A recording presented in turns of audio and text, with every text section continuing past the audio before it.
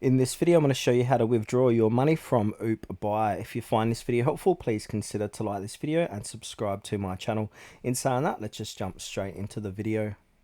Okay, so the first thing what we need to do is head on over to oopbuy.com. So open up a web browser and head on over to their site. Then from here, we need to log in or sign up. Now, once we've signed up or logged in, we want to click onto our user profile. Now, inside of here, we're inside the user center. Now, on the left-hand side, we've got different tabs. You want to go ahead and click on the wallet tab. Now, this is where I'm going to show you all of your available balance. So if you've got any money here, you can go ahead and click on that withdraw button like so.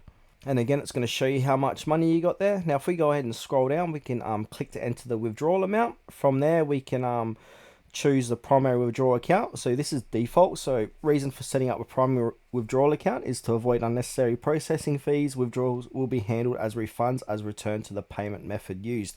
So we can use that option, or we can use a backup withdrawal account.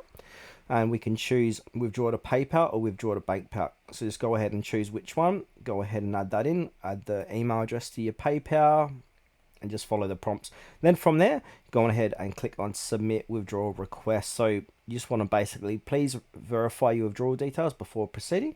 And then we got some frequently asked questions here. So if you want to pause the video and have a quick read of them, you can.